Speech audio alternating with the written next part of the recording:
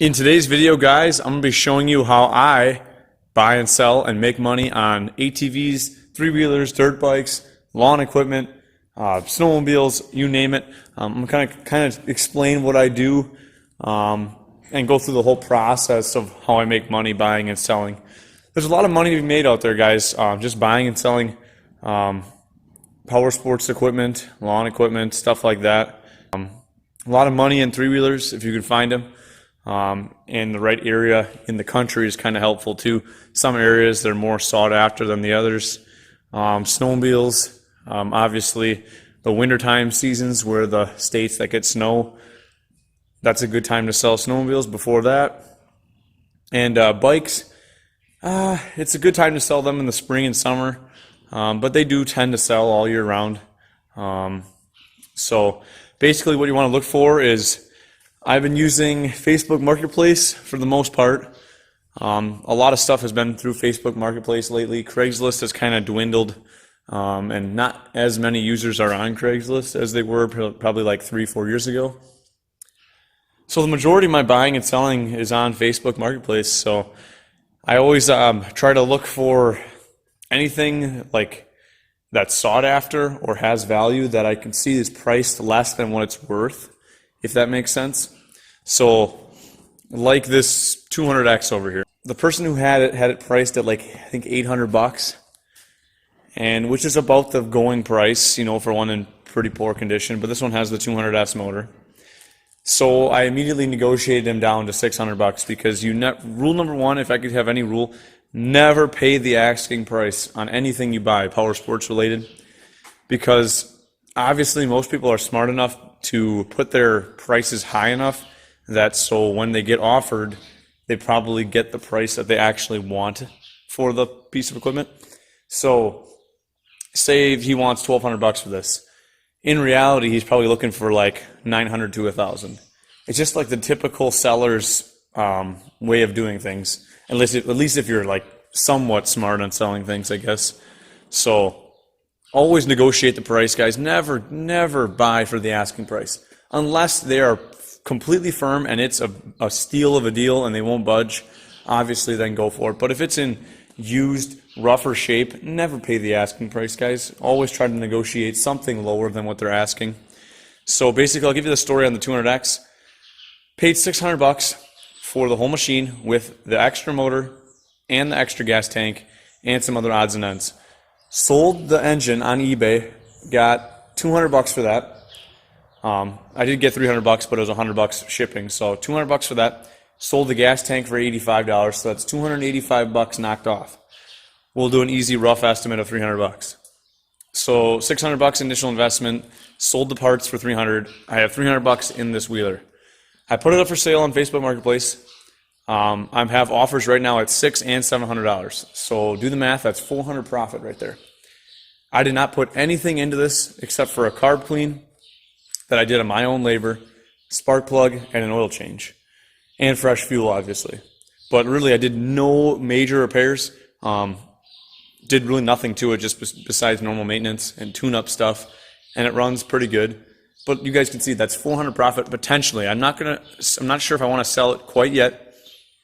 Because I could keep it and put some money into it, but it's just a 200X. You know, I want to, if I'm going to get one, I might just wait for the right one, a nice condition, and actually get the kickstart full, you know, 200X, maybe an 85 and newer, and spend the big bucks and just sell this one. So that's an example of something that I bought and I could sell right now and make $400 profit. Clean cash profit. So I'll give you another example. With this right here, the 125M, you guys have seen this. We paid $60 for this trike. In completely rough shape. I mean, the guy was asking like $90, so I did negotiate to $60, because I had like an hour-and-a-half drive. But I'll give you the kind of the story on what I could possibly make off of this. It is running. It starts like one pole. It obviously is stuck in gear, so the transmission is basically junk. But it does run and drive. It's in okay shape, like the bottom edge of okay, I guess. But I know I could sell it right now for $200. So I could easily make $140 off of doing nothing but my own labor. Clean the carb, put oil in it, put gas in it, I mean, it was that simple. So I could easily make $150 probably on this guy, possibly more to the right buyer if they want certain things off of it. But that was another good example with three-wheelers. Snowmobiles, guys, I'll go back here and kind of show you a little bit. Snowmobiles and then four-wheelers too. Snowmobiles, I usually get these, I don't know, anywhere from $50 to $100, sometimes less. This one here was $25. I know I could probably sell it for probably around $100 right now, and I have done nothing to it except for pull it over and feel compression. So that's how much I've really got into it, and I checked spark and stuff like that. So I could potentially make $75 just off of it sitting in my garage. So that's good enough for me. Very small amount of profit, but still profit. You guys have seen the 110 Mojave Kawasaki. This was a free four-wheeler, so I mean I have nothing in it except for a rebuild actually. So I put in probably total, I'm going to have in with tires, when I put new tires on it, total investment will probably be around $200, give or take. Quad is worth $800 to $1,000. So you guys can do the math. That's easily $600 to $800 profit. So it's a no-brainer right there. That's good money on just, you know, doing my own labor and stuff like that. That's the key thing. If you can do the work yourself and not have to like have somebody else do it, that's always a plus when you're buying and selling. If you have to send the stuff out or have somebody else get paid to work on it, you know, that's going to hurt you in your profits. So try to, if you're a beginning mechanic and you don't have as much knowledge of how things work and how things should be fixed, take stuff on that's easier, you know, carb work or I don't know, suspension, say it needs a chain or sprockets or something like that.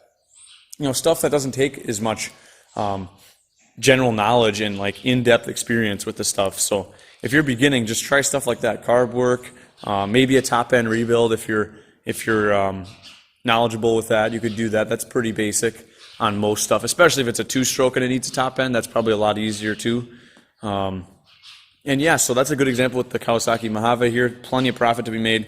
Snowmobiles, like I said, focus the camera there, always make good money on those. So lawn equipment, if you guys care, I'll add this a little bit in the end here. I buy a lot of used lawnmowers and riding lawnmowers, anything basically, snow blowers too, I buy them. I'll get it either free or probably pay like $10 a lawnmower at the most. But a lot of people give them to me. Like this one here, it's a decent mower, probably only like 2 years old, 2-3 years old. One you buy at like one of the big box stores. And the biggest problem with these is just the carburetors get gummed up really easily. People that run these only run that ethanol fuel. They don't run premium gas. So these I could probably get running within 20 minutes and have them running really good. I could buy them for $10, sell them for $50, $40 profit. Takes me about a half hour of time to do a full tune-up. So that's pretty good right there. Good $40 profit I make on those. Riding lawnmowers, I will spend up to $100 on the right one. And I sell those for a decent amount of profit as well, but those usually need a lot more work and they're a little more time consuming than the push mowers. I can do a lot more push mowers in a little less amount of time than the riding lawnmowers, so I tend to get a lot of these. I had like 30 of them at one time and I cut down finally, got rid of all the junk ones.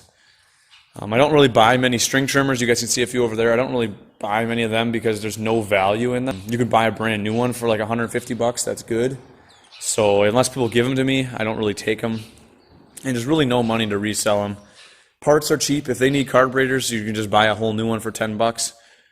Other than that, I don't know too much about trimmers and buying and selling them. I just kind of stay away from them.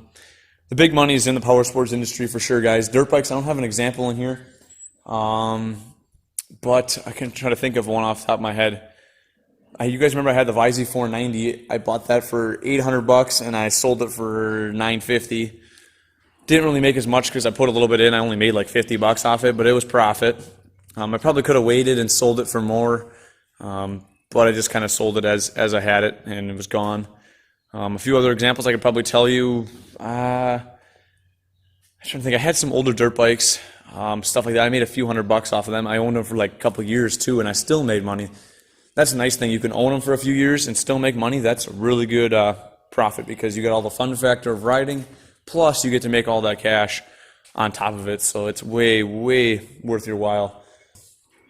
But yeah, I want to do a little bit of an explanation on how I do things and how I buy and sell. And similar to how 2 Vintage does it, if you guys watch him, he's very similar. He's from my area as well. So me and him are constantly, you know, have to compete for certain things on Facebook and stuff like that. He'll get some stuff that I miss, and I'll get stuff that he misses and stuff like that. So, yeah, basically that's going to be it for the video. Hopefully this inspires some of you guys to go out and start buying and selling yourselves. Try to dig into more projects, learn more things. It's a good way to learn how to fix stuff. Just try not to spend too much of high dollars if you're just learning. You don't want to waste any money or potentially get burned, as I call it. I've gotten burned plenty of times. Especially, you guys can see that's that Warrior motor with the rod knock. I can do a whole video on that Warrior, but it's still running good, so that one we could make some money on too. That was a good buy, but we had to put a lot of time into it, so it kind of burned us in the end.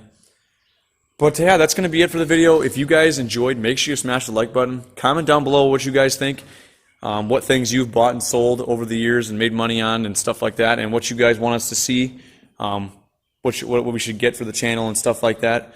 And also subscribe to the channel if you haven't already. So we'll see you guys in the next video.